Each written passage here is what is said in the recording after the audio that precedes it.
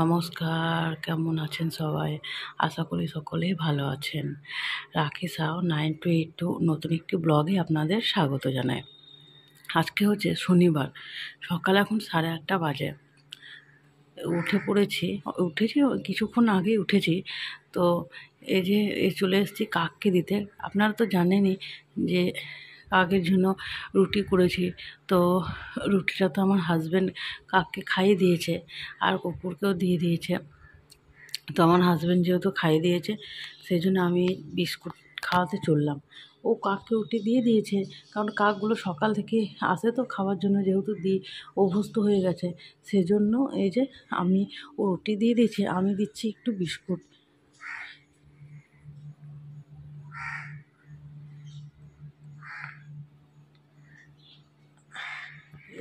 এইখানে ওকে খেতে দিই। তো চলুন আবার রান্নাঘরে গিয়ে চাটা বসাই। আজকে হচ্ছে শনিবার, তো সকালবেলাতে চলে এসেছি রান্নাঘরে। কারণ আজকে হচ্ছে আমি তো বেশিরভাগ প্রায় দিনই খাওয়াই, কিন্তু এই আজকের দিন বিশেষ করে শনিবার দিন আমি তো কুকুরকে আর কাক পিঁপড়ে এদেরকে খাওয়াই, বিশেষ করে শনিবার দিনটা। তো এই যে চলে এসেছি রুটি করতে। তো এই যে আটাটা মেখে নিচ্ছি। তো মাখা হয়ে গেছে, চলুন এবার ভেজে নিই।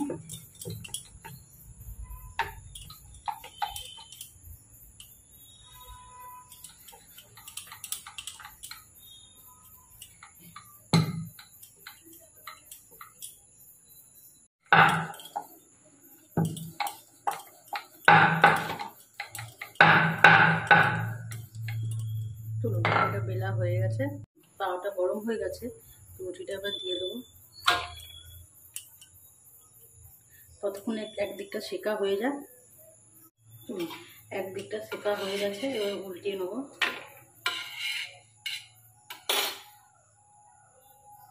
চলুন, আর একটা পিঠও সেকা হয়ে গেছে।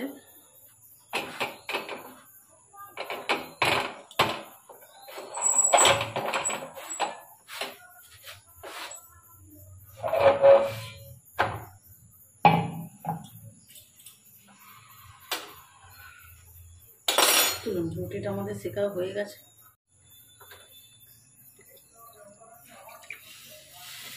এখানে আমি পনির গরম করে নিচ্ছি, কারণ শুক্রবারে মা আমাকে দিয়েছিল পনিরের তরকারি। যেহেতু নিরামিষ ছিল, মা পনির তরকারি করেছিল। তো শুক্রবার আমাকে দিয়েছিল আলু পটল। এখানে আলু আছে, পটল আছে, এই যে আলু আর পনির। তো পটল আলু পনিরের তরকারি করেছিল। তো শুক্রবার তো দিয়েছিল, যেহেতু এবার অনেকটা দিয়েছিল, সেই জন্য আমি শনিবার দিনেও রেখে দিয়েছিলাম। কিছুটা শনিবার দিনও টিফিন কোটোতে ভরে রেখে দিয়েছিলাম। তো ওটাই সকালে গরম করে নিচ্ছি। খারাপ তো হয়নি, গরম করে নিচ্ছি। এটাকেও খেয়ে নেবো। চল, এখানে এটা আমাদের গরম হয়ে গেছে, ফুটে গেছে, এবার নামিয়ে নেবো। চলুন, ডালটা এবার বসিয়ে দিই। ডাল দিয়ে দিয়েছি, একটু দিয়েছি গাজর, দিয়েছি একটু আলু কুচি, আলু কুচি, আর একটু দিয়েছি পেঁপে। বাস, জল দিয়ে দিয়েছি।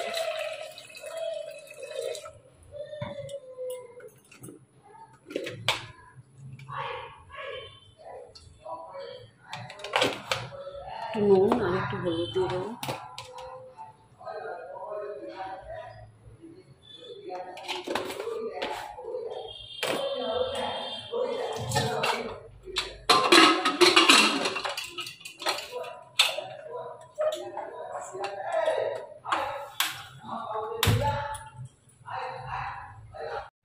ডালটা হয়ে গেছে, এবার ডালে ফোড়ন দেবো। যেহেতু নিরামিষ, সেহেতু কিছু দেবো না, শুধু জাস্ট একটু গোটা জিরে দেবো আর একটা শুকনো লঙ্কা, কিছু দেবো না।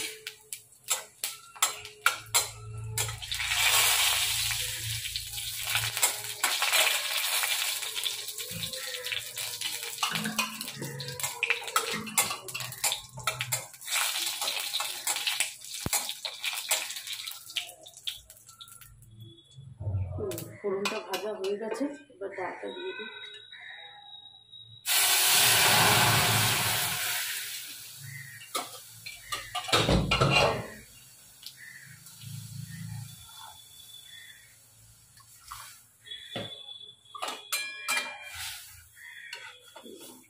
ফুটে যাক, দিয়ে নামিয়ে নেব। আজকে করবো হচ্ছে, ডালটা আমাদের হয়ে গেছে, আর আজকে রান্না করবো হচ্ছে পুরুল আলু তরকারি। পুরুল তো আপনারা হয়তো অনেকেই চেনেন, অনেকেই চেনেন না, অনেকটা ঝিঙের মতন দেখতে। আবার এই পুরুল শুকিয়ে গেলে নাকি আমি শুনেছি যে ছোবড়া হয়। তো ওইটা সেই পুরুলেরই, এই পুরুল খেতে খুব সুন্দর, মানে খুব সুস্বাদু লাগে, মানে এত মিষ্টি পুরুল, কি বলবো, খেয়ে তরকারি খেতে এত মিষ্টি, প্রচণ্ড মিষ্টি। তো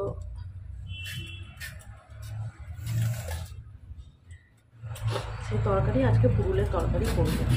কালকে মা দিয়েছিল, আপনাদেরকে বলেছিলাম যে মা কালকে সবজি দেবে কিছু, তো মা কিনে এনেছিল যেহেতু বাজার থেকে, এগুলো বাজারে আবার সবসময় পাওয়াও যায় না, তো পেয়েছিল, সেই জন্য নিয়ে এসেছিলো মা কালকে। তো মায়ের বাড়ি যেহেতু গেছিলাম, তখন মাই কালকে দিয়েছিল।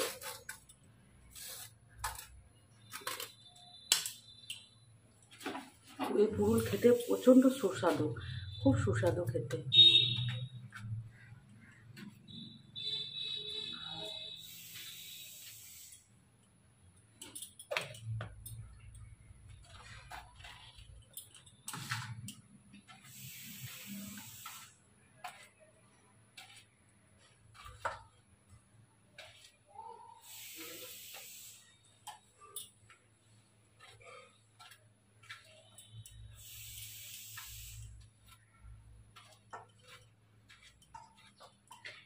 এটা অনেকটা ঝিঙের মতন, রান্না করলে এতটা দেখছেন, কিন্তু এটা গললে তখন অল্পও হয়ে যাবে,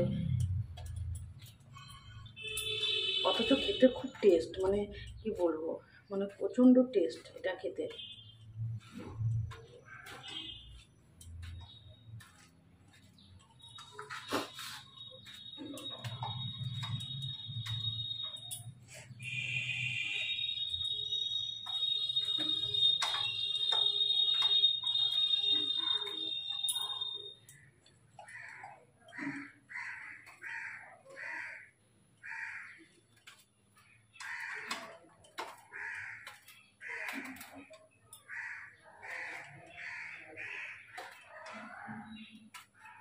চলুন, কাটা হয়ে গেছে, এবার ধুয়ে নিই।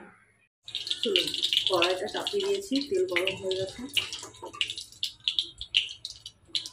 এরপর হচ্ছে একটা শুকনো লঙ্কা দিয়ে দেবো, আর দেবো হচ্ছে একটু 5 ফোড়ন। এই পুরুলে 5 ফোড়ন দিলে খুব স্বাদ হয়। এখানটায় গোটা জিরে দিয়েছি 5 ফোড়ন, আর দেবো, এটা আজকে মশলা কিছু দেবো না, শুধু দেবো আদা।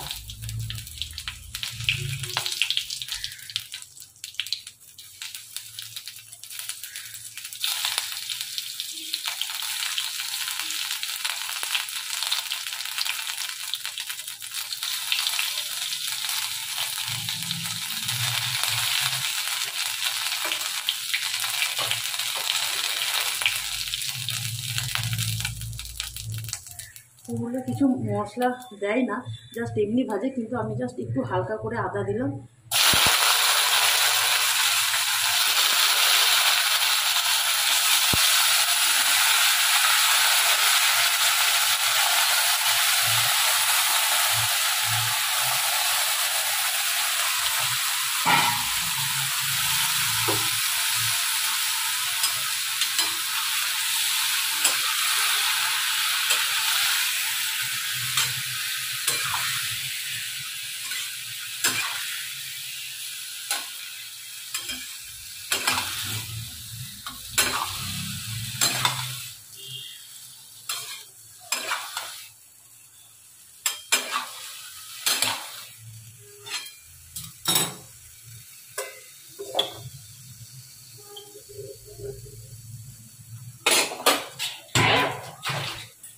চলুন, এবার এটা ঢাকা দিয়ে দিই, ততক্ষণে ভাজা হয়ে যাক একটু।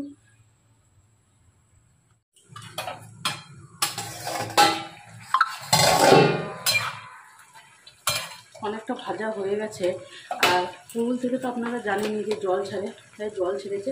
এবার ভাজা যেহেতু হয়ে গেছে, সেহেতু আমি একটু হলুদ দিয়ে দেবো।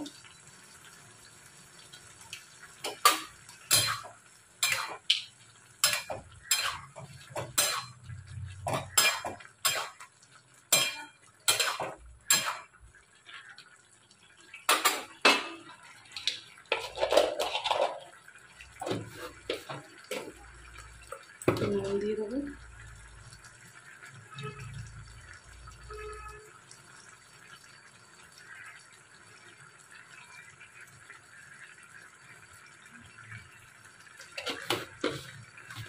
আর দেবো হচ্ছে জাস্ট সামান্য একটু গোটা জিরে দেবো।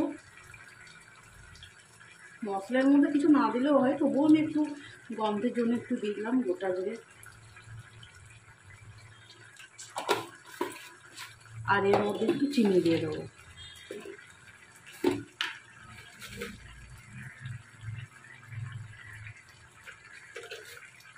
পুরুল তো এমনিতেই মিষ্টি, তার চিনিটা আমি অল্পই দিলাম।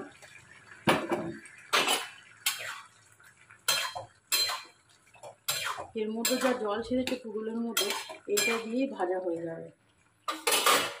তো আমাকে আর হয়তো জল দিতে হবে না। ধরুন সব মশলাগুলো দিয়ে দিয়েছি, এবার ভাজা হোক।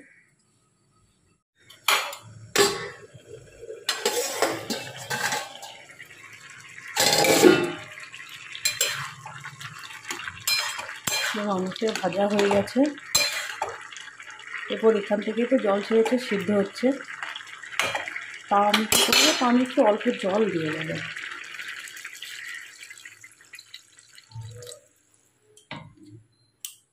বেশি জল দিইনি, অল্প পরিমাণে জল দিলাম, ফুটে যাবে এখানে।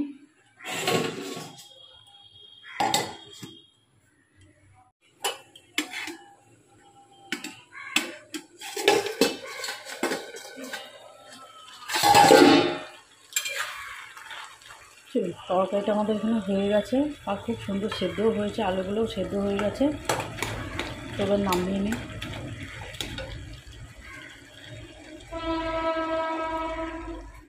এটা হচ্ছে সেই নটকোনা দোকান, বিশাল বড় একটা নামকরা দোকান আমাদের এখানে। তো এখানে গেছিলাম, এই বাজার করে আনতে গেছিলাম। এখানে মানে টোটালি সব জিনিসই পাওয়া যায়, মানে A to Z সব জিনিসই পাওয়া যায়, এমন কিছু মানে নেই যে পাওয়া যায় না। তো এটা তো আর মানে বড় দোকান, তো সেই জন্য এখান থেকে আমরা বেশিরভাগ নটকোনা জিনিস বেশিরভাগ নিই, মালপত্র এখান থেকেই তুলি। তো যেহেতু এটা বড় দোকান, সব জিনিস পাওয়া যায়, সেই জন্য আমাদের সুবিধাও হয়। তো এখান থেকেই আমি এগুলো মালপত্রগুলো নিয়ে আসি। আপনাদেরকে দেখালাম না যে আমি বাজার গেছিলাম, নটকোনা দোকান গেছিলাম, তো আপনাদেরকে তো দেখালাম এই নটকোনা দোকানটা। তো এই যে নিয়ে এসেছি হচ্ছে মিনিকেট চাল নিয়ে এসেছি। চাল আছে 10 কেজি মতন আছে, তবুও আমি আরও কিছু এক্সট্রা এনে রাখলাম। তো চাল নিয়ে এসেছি, মিনিকেট চাল। আর এই যে নিয়ে এসেছি ঠাকুরের পুজোর জন্য কিছু নকুলদানা নিয়ে এসেছি। আর নিয়ে এসেছি হচ্ছে এই যে একটা ডেটল সাবান নিয়ে এসেছি। আরও এনেছি, অনেক কিছু এনেছি, কিন্তু ওগুলো সব রাখা হয়ে গেছে, তাই আপনাদেরকে এইগুলোই দেখালাম। চলুন, এই মাত্র এলাম, নটকোনা জিনিস কিনে নিয়ে এলাম। চাল এগুলো তো আপনাদেরকে দেখিয়েছি যে চাল এগুলো নিয়ে এসেছি কিছু জিনিস সন্ধ্যের সময় গিয়ে।